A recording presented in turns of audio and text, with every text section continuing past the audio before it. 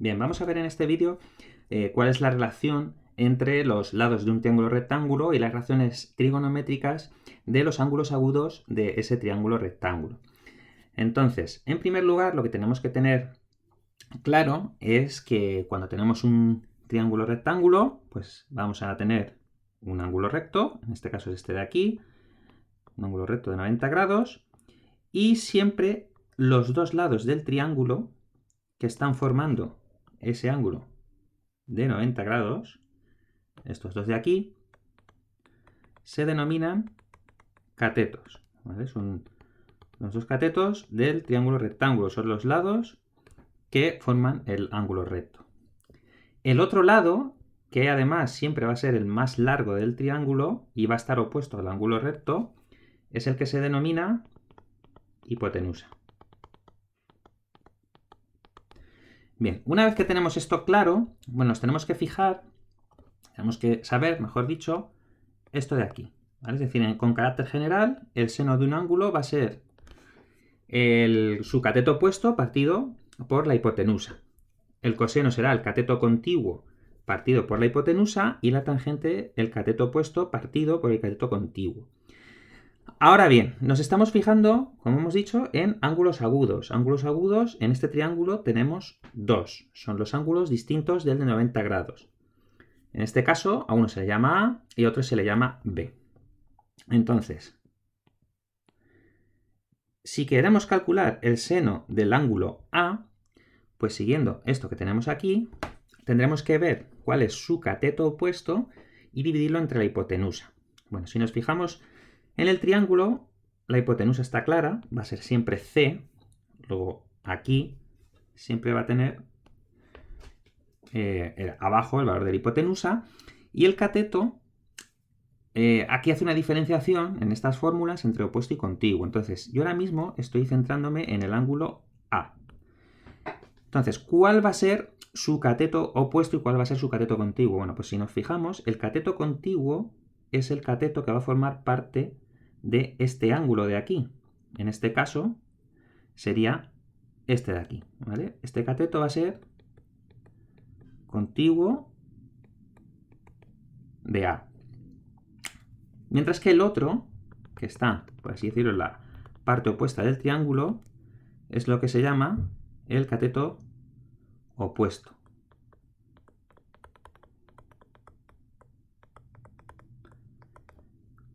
Entonces, en este caso, en el seno, como estamos cogiendo el cateto opuesto, tendríamos que coger A minúscula, ¿vale? Que sería la letra que representa pues, el valor que tenga la longitud que tenga ese lado, ¿vale? Luego, en este caso, el seno de A sería el lado A minúscula partido la C minúscula, es decir, la longitud que tengan esos lados.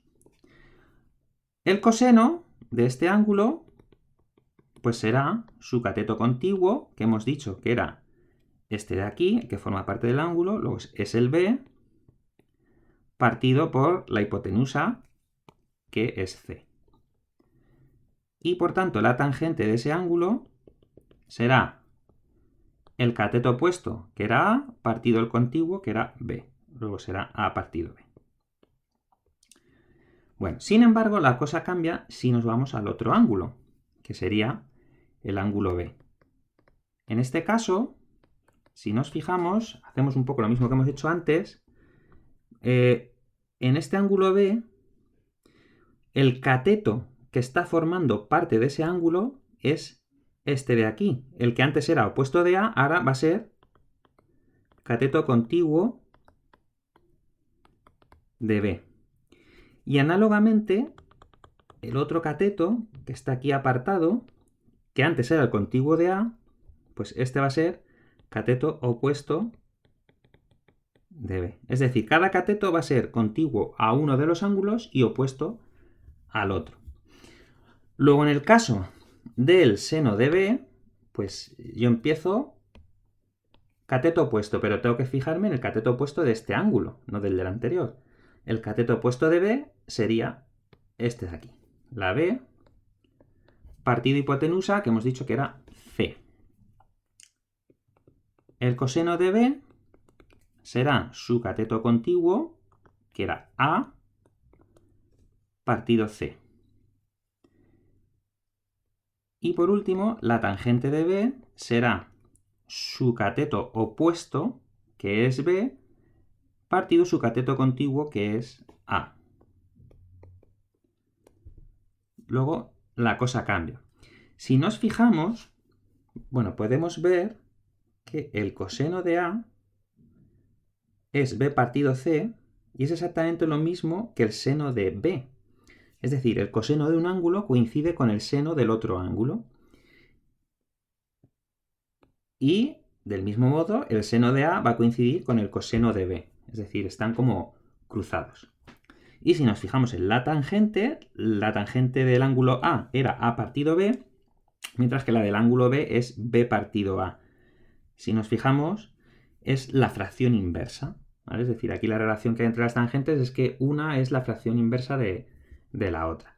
Y eso es un poco cómo la relación que hay entre los ángulos agudos de un triángulo rectángulo y los lados de dicho triángulo.